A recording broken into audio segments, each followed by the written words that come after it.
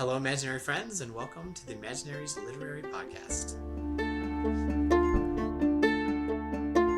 Isabella and Theodore laughed. Theodore, the only one left with a bag, said, I'll share mine with both of you. Caleb, I love your story. I feel like it's one of your best stories, and not because... Well, let me put it this way. I felt like the nostalgia was kind of akin to... my kiddo and I were talking this morning about... I had asked you what age these kids are, and you kind of didn't really want to address the issue, like not knowing as the reader. And then in the end, I actually appreciated that because we all kind of experienced the way that Halloween happens in your story, if you will. We all experienced that Halloween at a different age. Like some are going to experience that at 11, but others are going to experience that at 7 or 8. Others have a cloistered youth and aren't allowed to experience that until they're 20. And so it's like, it doesn't really matter how old they are. They're kids. It's Stephen King, but it's also like R.L. Stine without an age. So before we continue, I would just like to say, please like, subscribe, and comment if you like any of this stuff. Please, we'd love to hear from you. And it really helps the algorithm, and it helps our video get out there to more people. So if you like this, please interact. Did you think it was like Stephen King? A little bit, yeah. That's why I went with the like sort of country narrator. That's what drove me that direction. Yeah. But it also kind of felt like a classic 80s movie. Yeah. Okay, cool. Like it felt like Stand By Me or Goonies or yes, I thought of Goonies. Sandlot. You know all of those like buddy, like we're all like group of kids kind of in this adventure together that's kind of goofy, kind of serious, has like deep undertones, but like has this like nostalgic in its like presentation as well. Like I felt like I watched like an 80s movie. Awesome. Did you feel like the costumes and the set pieces were just like a little bit off? Like man, if they'd had like a budget, they could have done a little bit more, or if only they'd had CGI. Like, not that the storytelling was bad, because that's the great thing about an 80s movie. It's like, it's got great storytelling, but then no budget, somehow. There's that little bit of cheesy to it, right? That's endearing. It's like, if you imagine, like, Princess Bride being remade today with, like, a $500 million budget, it would be utterly I don't even care. It would be trash. Yes. Yeah, exactly, yeah. Right, because like you need the matte painting cliffs. You need the guy in the rat costume, like that you could see his legs, like you need that to make it work. It's part of the charm of it. Oh, that's awesome. That's great. Cool. I'm glad. That is more than I wanted to get out of it, which is fantastic. That's awesome. I love that you both are like picking up on different things. I mean, the 80s movies definitely are a huge influence on me and everything, like filming and writing. Like anything that I do, I feel like is influenced by old nostalgia. Especially like Goonies was like my life growing up. Like getting on a bike and just going out in the middle of nowhere and doing stuff for all day, all night, sometimes multiple days in a row. It's like that was like my life. So it was like when I watched the Goonies, I was like, oh, this is real life. Like this is me. And this I don't know if that's awesome. I don't know what the reason is exactly, but like when I first read it, I imagined Sean Astin as the main character, like without any like there was no purpose to it, like no intention, just it happened. Maybe you remind me a little bit of young Sean Astin. Oh, okay. I've gotten that before. Yeah. But I get more Ethan Hawke than anything. Well, but I don't see it. So I love the ending. I love that like the fruit on Halloween is like, hey, yeah, we're never gonna complain about fruit on Halloween again. Right. That like that part that they're like disgusted about. Yeah. Turns out to be like the thing they need to like the harmless thing that like they're able to defeat the witch with. Spoiler alert if you haven't watched the story. Well, hopefully if you're watching this, you should have watched the but watch it now before this. Pause this, it now. watch Stop that, come back. And then watch it now. Fast rewind before I said the thing about how they defeat the witch with fruit. But yeah, there's that kind of the innocence and the simplicity that again is kind of that like 80s feel of, like, oh, we have an alien the government's trying to capture. Let's put him in our bikes and just ride away. Like it works in the 80s. Yes. I don't know why. Yeah. I don't know why it does, but it works. Yeah. It's kid logic. It's kid logic, yeah. Yeah. Kids logic makes so much sense, and especially in 80s movies, because it was almost always the best ones were about kids. The kids were the main characters going on this adventure and winning the day. And I wonder what that says psychologically about us, like as a country, as a world. Like, what did that say about us? And why don't we do that anymore? Like, why are the movies not about that anymore? Now it's about superheroes who are adults going and saving the world. Well, a lot of the new animation does use kids' logic. I've noticed. Okay. Like what? Can you think well, of like anything off the top of your head? one of my son's favorites is Amphibia. Just this. Oh, it's fantastic. It's hilarious. The characters are amazing, and there's like a through line to the story, but each episode can still be somewhat episodic.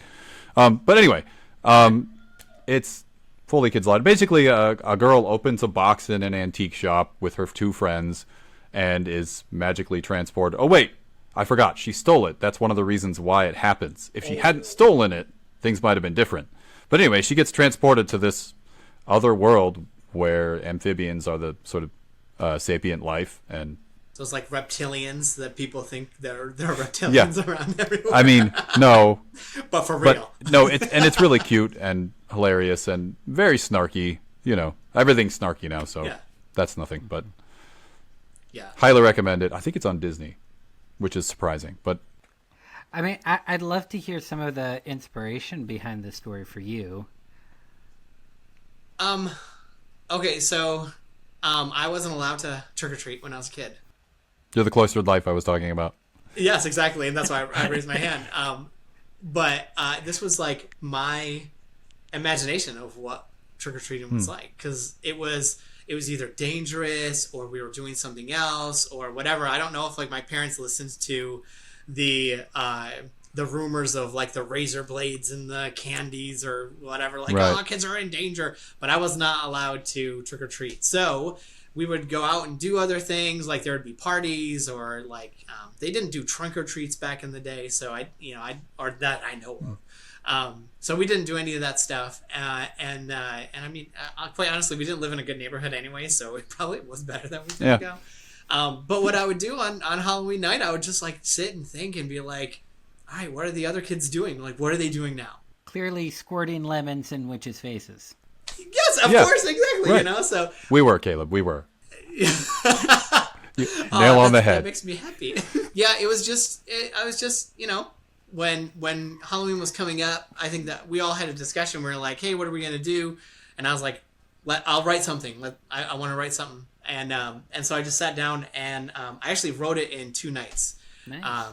It was I was really I couldn't stop writing it. It was whenever I had a moment like in the middle of the day, I'd be like, oh, that's a really cool idea, and then I would just leave it, and then I would lay down in bed at night and then just be like on my phone, and then I think that was the first night, and then the second night I started on the laptop, and then I was like, oh, I'm so tired, and I went and laid in bed, and I was like, I gotta finish, and so I finished the story in that night, and then I did 1 day of revision, and then sent it out to Daniel and Timothy and everybody to check it out and see what they thought, and I think it went really well. I got some notes back and did some changing after the notes, but then it was really fun, and it was just kind of, like I said, it was kind of like a throwback of when I was a kid, thinking of what else was going on while I was sitting in my house or sitting in bed or driving to a really boring adult party.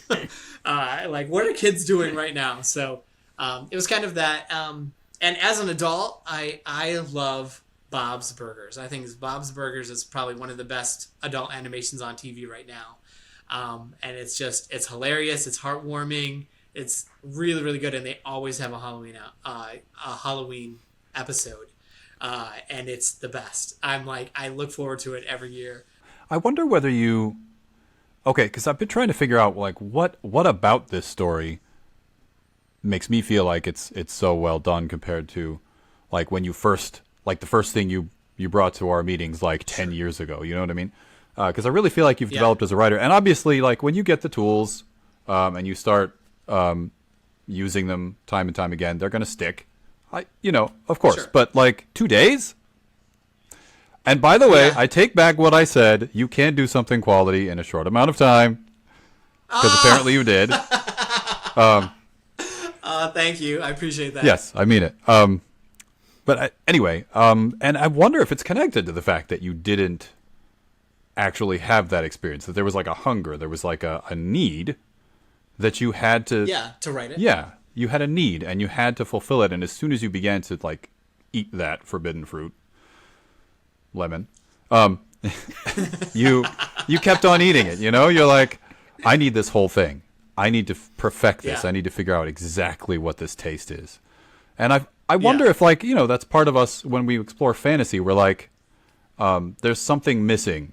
Like, there's clearly something about life and existence that I am not, that other people aren't seeing, or that I'm not quite touching, and I know it's there, and I just have to get it. And I feel like maybe that need was there for you.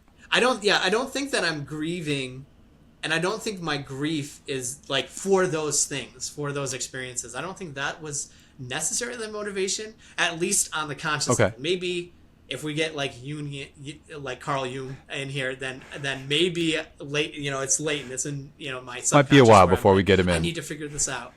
Yeah, maybe. Yeah, I'll call him up and see if we can talk to him. Just like him and Stephen King will come on the same episode. I don't know. I think that it could be something, but I don't see it one-to-one, but it was something that, it was a story that I just got. Like, when I started thinking about, we need a Halloween story, I was like, okay, Halloween, trick-or-treating. And I got all three of the characters right away. And I was like, oh, okay, cool. And I saw them at the witch's house. So the first time that they have an interaction with the witch, that was like the first image that came to my head. And then the story populated. And I was like, oh, dang. And I knew pretty much right then and there that, like, fruit was going to be the savior. That was going to be the key to defeating her. And I don't know where that... Yeah, I never would have thought of that. Why? It's a real thing. Like, some people do give out fruit. But, like... Yes, it's not very common. I was never handed it. It's not very common, but no. But I thought it was really funny because, like, right in the first, the second situation, the first one is like the witch and Jordan, and then the second scene is they're like talking about the map, and he's like, "Oh, fruit! Who gives out fruit?" And that was me just like having fun with it, and then I was like, "Yeah, this is going to be the saving grace, is like the fruit." And I'm like, that's really funny that it's like already, like, I'm working it in right now. That's really weird. Okay, cool. And then, like, even later on, like, he ends up, the main character, our main guy, like, gets fruit right away, and then they're like, hey, let's trade. And he's like, no, I'm gonna keep the lemon because of lemonade. That's great. And so it just for whatever reason, it just like came out like, and I like, it was really fun. It was really, really fun to do. If that is the case for me writing it and having that speed and desire to write it, I don't see it. I don't see that as a case, but maybe it is. I don't know.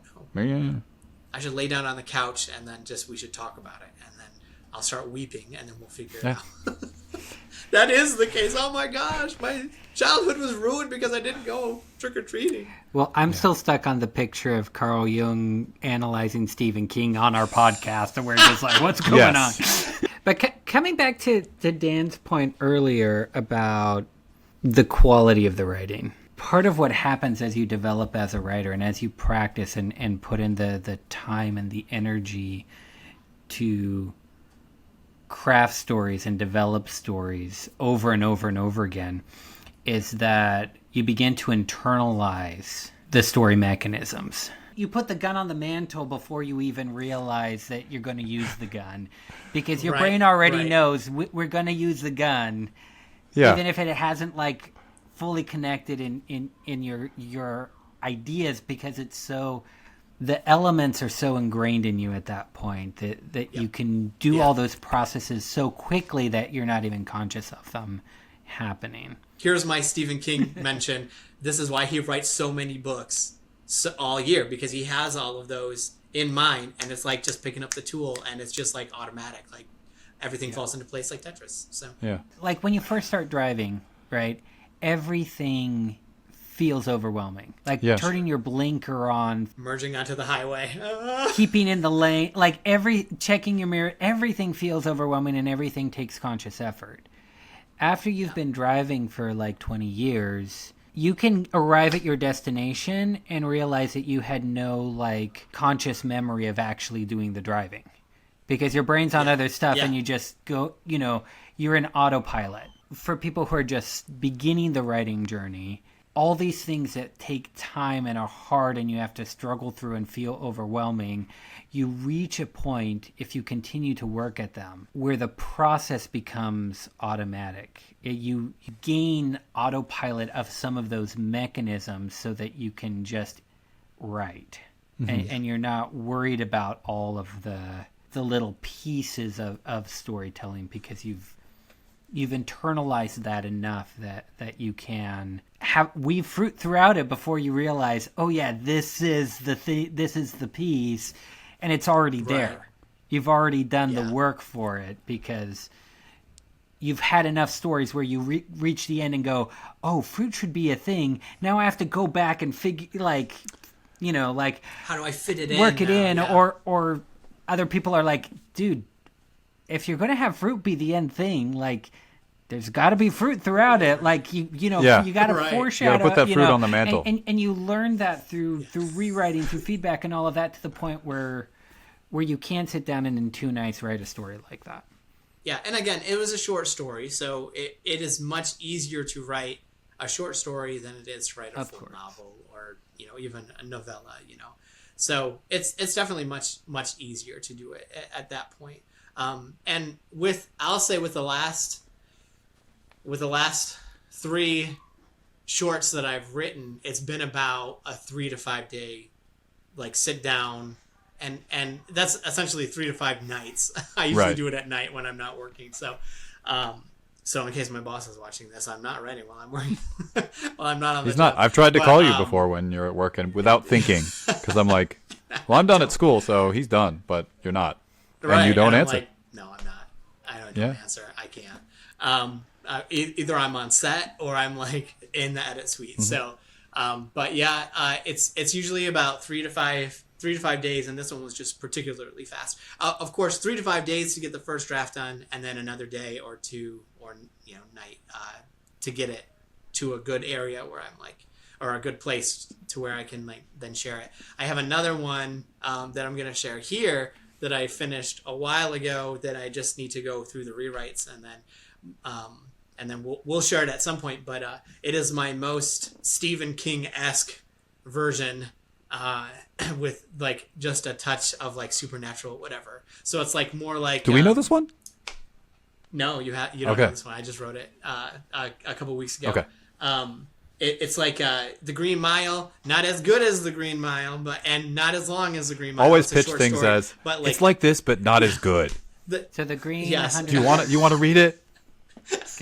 What'd you say, Timothy? Green 100 yards. The Green 100 yards. Not The Green Mile, but The Green 100 yards. That's hilarious. No, it's what I'm saying is it has just a touch of supernatural in it, where the majority of the book is just like normal life, and then there's like a little supernatural in it, and that's what this one is, which is funny. And then I finished that one, and then I wrote The Witch Next Door, and then after I finished that, then I started writing a new story, which is very, very scary, which is not typical of what I write. Like, I don't write like just straight up horror, scary monster, whatever. But for this one, this new one that I'm working on now, which is probably going to be at least a novella, that one is very, very horror, which is shocking to me. It's just, I don't know where it's coming from or why. But anyway, that's what I'm working on now. Are those stories? And I actually would like to hear what you guys are working on Timothy and Daniel. Daniel, I know that you're doing NaNoWriMo and you're doing great. I mean, it's an awesome story. So why don't you update us on what you guys are working on? Timothy? I've got a story coming out soon here on the channel called The Lay of Never Always, which is kind of a epic ballad almost. It's written in meter, very similar to the Song of Hiawatha in terms of style. Not that it's anything comparable to the Song of Hiawatha. Guys, I wish I could. your pitch cannot be not that good. It's great. It's really good. I'm really excited for us to share it. I'm really excited to post it up. And I'm really excited to hear Daniel read it. Thank you. Yeah. Oh, heck yeah. I already like it, and I feel like anytime Daniel reads anything I like, it's like, oh, this is like amazing. Thank you. I also have to give you a plug because your narration and especially the witch in The Witch Next Door are just top notch. That's the best. You brought that witch to life the way that exactly how I wanted it. It was so perfect. I have to give out a shout out to Samantha Cook. She did some voices as well. You're going to hear more of her on this channel. I want to use her a lot more. She's awesome. She's super talented. Her Instagram is in the description. If you're interested, go check her out. Go connect with her. She's awesome. Use her and just follow her life. She's amazing. So I just want to give that little plug in as well. So. All right, Daniel, tell us about it. Firstly, I do want to say, so when I first tried to imagine what the voice of the witch was going to be, I thought of Carol Kane from all the 80s movies, from Princess Bride, the wife of Miracle Max, and I didn't actually do her voice, but it's like her personality. I feel like it's something like the treatment she would have given it. You can only put so much on the page, and then you have to have your readers take it to the next level. And when you have somebody, or like to the next stage or whatever, take it through the finish line. They have to fill out the rest of the film production in their head. That's right. Like, Yes. They fill in the blanks. But when you have somebody reading it for you and they just hit it like right away, it's like, oh, that's working with Daniel. So it was perfect. It was so good. Oh, it was awesome. But guys, I tried to do the kid voices and they were terrible. No, they weren't terrible. They were fine. I tried and tried. But I have to give Daniel props because he was the one who pulled Sam in to do some of the other kids' voices, and she was just amazing. So I was like, yes, please. So she was great. I even gave my non-talent voice in there for a couple of people. No, you did well. And it worked out fine. But again, it was. I wish that we had another week or two for me, like for my voices and stuff, just so that I could have done it differently. But it was like I was literally recording the day before we posted it, and I had to upload it, and then it was just so. But I hope everybody enjoyed it. There was a lot of love and a lot of time put into it, and a lot of talent with Daniel and Sam. So yeah, props to them. Huge props to them. Huge props to them. I burped as I said it. Like it's somehow insulting to say huge props. Huge props to them. Amazing. I'm going to use them again on everything that I do. Thank you. Thank you so much for watching. I would love to hear your thoughts on everything from the story to the voiceovers to like writing in general. I would just love to hear anything. Favorite 80s movies. Favorite 80s movies. Yes. What is it? Do you love The Goonies? Do you love Sandlot? Like, do you love Legend with Tom Cruise and Jennifer Tim Connelly, Curry? Yes. And Tim it's not Jennifer Curry. Connelly. It's Mia Sara. Oh, it's somebody else. Oh, who's also in Ferris Bueller. I am so sorry, Jennifer. Yes, I'm sorry, Jennifer. No, you were thinking of Labyrinth. Yes, I was definitely thinking of Labyrinth, which is another awesome movie. Yep. Jim Henson. Anyway, I would love to hear any of these things. Please interact with us, share, like, subscribe, do all the usual things. I really appreciate that. And have a great time. And I don't know how to end. Thank you so much.